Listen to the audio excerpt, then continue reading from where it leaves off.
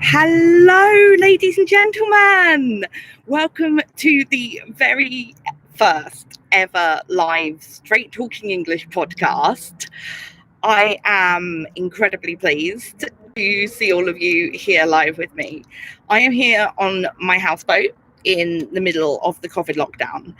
I was kind of hoping with my YouTube videos I could show you some really cool locations or where stuff was actually inspired from, but the COVID lockdown has kind of ruined that. But what are we gonna do? The show must go on. So those of you who don't know me, I am Catherine. I am the person behind Straight Talking English, the writer, researcher, the face of it all. You can buy my books. This is a book. I wrote that book from Amazon. They're called the Full Context series. It's written on it. You can find my actually recorded show, which is much better production, no traffic noise, and hopefully me not flubbing my lines, on SoundCloud, Spotify, iTunes. We showed up on Castbox. I didn't set us up on Castbox. This is all very new. This is all very exciting.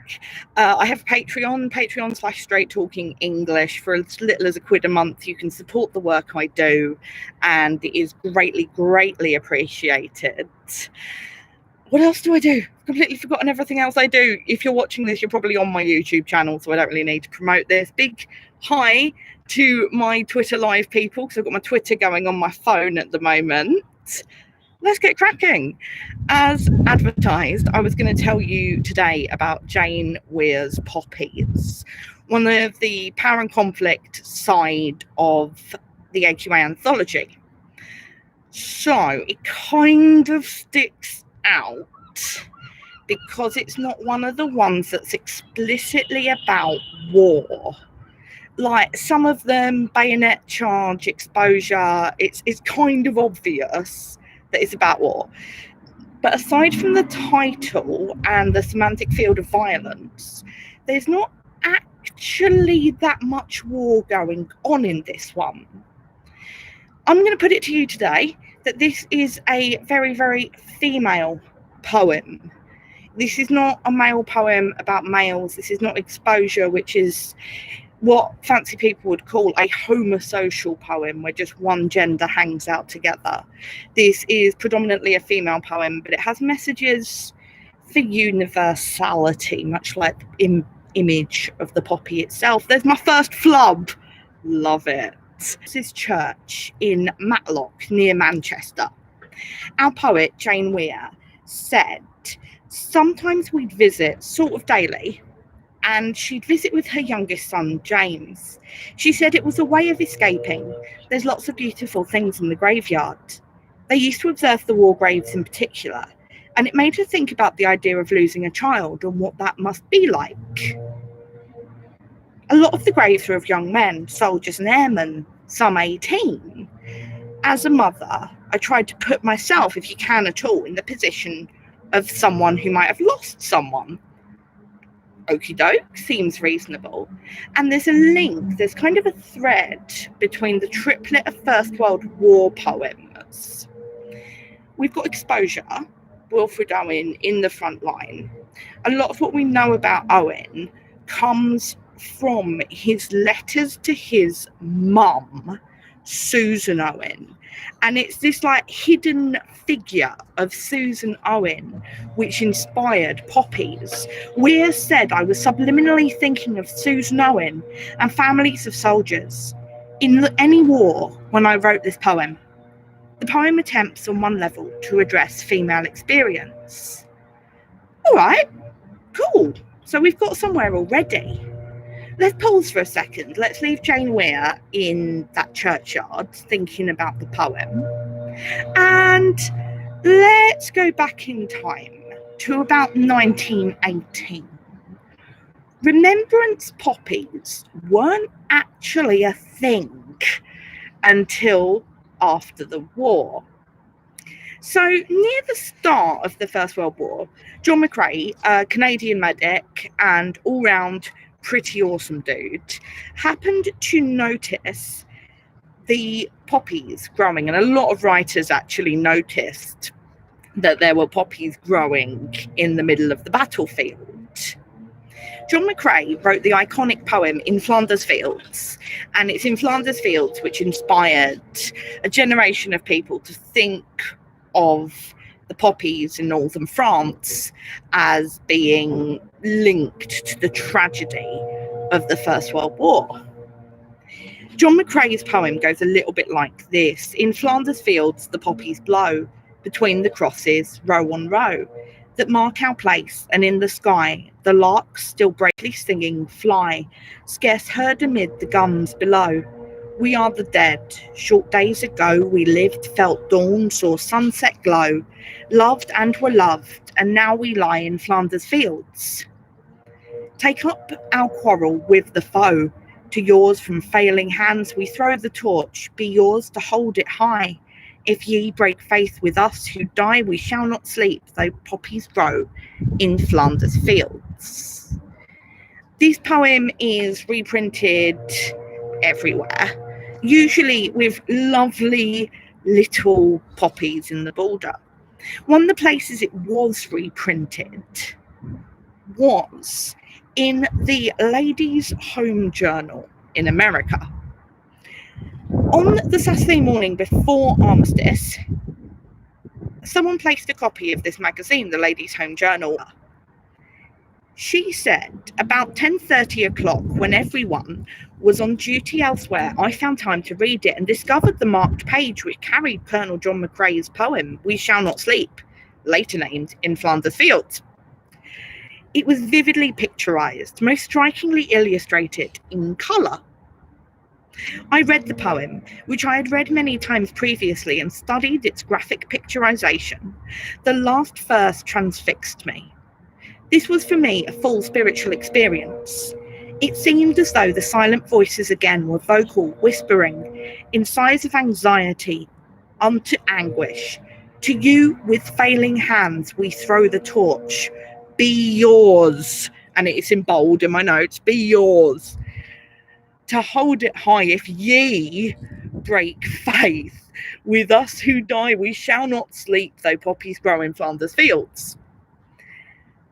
Alone again, in a moment of white resolve, I pledged to keep the faith, all caps, and always to wear a red poppy of Flanders Fields as a sign of remembrance and the emblem of keeping the faith with those who have died. In hectic times as were these times, great emotional impacts may be obliterated by succeeding greater ones. So I felt impelled to make note of my pledge. I reached for a used yellow envelope, turned the blank side up, and hastily scribbled my pledge to keep the faith with all who've died. Right. Okay. I do not want to diminish or belittle her emotions at this point, but if one of my year 9 students wrote her poem in response, I would be getting my green pen out and very tactfully being like, oh, AABB rhyme scheme, is that okay? So here we go. We shall keep the faith was her response. Oh, you who sleep in Flanders Fields, sleep sweet to rise anew. We caught the torch you threw, and holding high, we keep the faith with all who died. The all has a capital A. We cherish too the poppy red that grows on fields where valour led. It seems to signal to the skies that blood of heroes never dies, but lends a lustre to the red. Okay, I'm circling that alliteration. Nice use of a language feature. Of the flower that blooms above the dead in Flanders Fields. And now the torch and poppy red we wear in honour of our dead. Fear not that ye have died for naught, will teach the lesson that ye wrought in Flanders Fields. Right. It's not beautiful poetry by any means, but she felt this immediate beautiful connection to John McCrae's poem. Okay, cool. It just so happened at that very moment, coincidentally, that a soldier turned up from a conference that was being held, and he said, oh wow, can you think of a symbol we can use? So Moina Michael rushed out and she bought every single artificial red poppy that she could buy in the whole of New York, and it got adopted by other countries. I found out it actually got adopted by Australia before it got adopted by the UK. Fun fact. However, not ignoring the fact for a second that this was an entirely female-led campaign in 1918, so pretty much unheard of, like, that in itself is a fantastic achievement. But she may have robbed it from a French person. There was someone else who organization called the American and French Children's Charity League. The emblem chosen was a poppy, and instead of it being just like a useful symbol for the Veterans Association, it actually was closer to what the Legion does now. So she was providing an income, kind of like the Big Issue, yeah, that sort of vibe. So you have these two women who have created this symbol, which kind of transcends beyond nations. There isn't, when we wear the poppy, if you choose to wear the poppy, we wear it for soldiers everywhere, regardless of nationality. And this symbol has transcended America and France to be every nation who fought in the First World War. Pause for a second. Let's go back to Jane Weir in her cemetery. So Jane Weir has both British and Italian heritage, but there's loads and loads of these communities, especially in Nottingham, where I did my teacher training, that are third, fourth generation Ukrainian, Polish, German people who perhaps came to the UK as refugees post-war, who perhaps came to the UK as prisoners of war after the Second World War. And you'd expect this to increase tensions between former Axis, but it didn't. A lot of studies, especially I'm relying on an article from The Guardian quite heavily that has studied this. It actually brought people together. People started to realise that those guys over there who we thought were the enemy were actually all right. And one of the examples cited is the Forest of Dean in Gloucestershire. Sorry, professional. In the Forest of Dean in Gloucestershire, where a group of Italian lads started a football team and played the local teams. And people stopped there has been generations and generations of people perfecting their Polish food. I heartily recommend it. And that's where Jane Weir is coming from. Perhaps if she examined her heritage in the lens of us and them, perhaps there would be a division. But there isn't. It's been brought together to create her. Before I dash, I'm going to talk a little bit about one of the great ironies at the heart of this poem. And I did this bit when I recorded my podcast earlier. So if you go onto SoundCloud or Spotify, wherever I said earlier, you can have the lovely recorded and edited version of this live stream. What would Shakespeare say, and what would his associations be with the word poppy? This is a rhetorical question. This is your starter, the beginning of you in the classroom. This is your starter for 3 minutes, whatever. The association he would have would be as a medical ingredient. The milk of the poppy, like an opium-based solution, would be something you take to help you forget. It comes up in a bunch of his plays. And the idea is that it sends you to sleep. It lays things to rest. And poppies have now become a symbol of wanting to remember. Now, while I can't speculate what's in the poet's mind, mostly because they're alive, it's a lot easier to do if you're alive. There is a certain measure of irony that poppies are now a remembrance flower. This is a poem about remembrance. And it's also a poem about someone moving on. It's kind of awesome. Poppies, I didn't like it the times that I've had to teach it, and I kind of regret that, actually, because like the moral of everything that I do involving all my context projects is, if you research the context, if you look into the history behind it, it's actually pretty cool. Like, if I'd have taught this as being a poem about the female experience, women left behind in the war, the fact that even the flower is the result of a female-led campaign, that would have been way cooler than me trying to teach it, I've got to say. All right, there you go. If you're going to remember some stuff, poems are remembrance, but also forgetting. Universal, they're coming together across nations. They are a female symbol. They are the result of women's effort, and it's a woman's voice in the poem. The writer herself comes from different community backgrounds, but they've come together and coexisted peacefully. If you were going to link this to another poem in the anthology, I'd go Exposure, because the First World War, remembering, questioning. I'd go Emigre, actually, for the nature of memory and colour.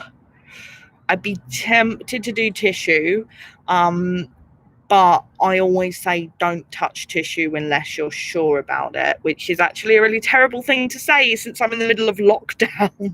Everybody wash your hands, use tissue all the time.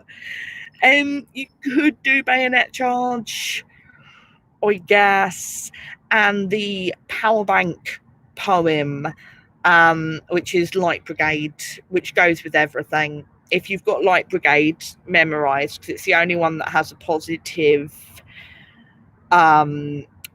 projection, a positive image of war, you can put anything with it if you've got Light Brigade down. There you go. My final thought. Let me know if you comment in the comments if you've enjoyed me trying to do a live kind of blog thing. So if you've enjoyed that, I will keep doing them over the lockdown, and then I'll go back to my normal format of trying to film some cool stuff. Let me know in the comments. Like, subscribe. There's going to be a lot more happening in this channel. Remember, primarily a podcast. So SoundCloud, Spotify, iTunes, wherever you get your fine podcasts. Remember, full context. Book 5, the one corresponding to all the poems, is going to be out soon.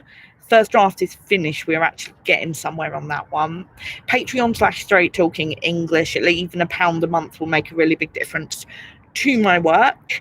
And keep watching. Like, subscribe. Thank you very much for your time and effort.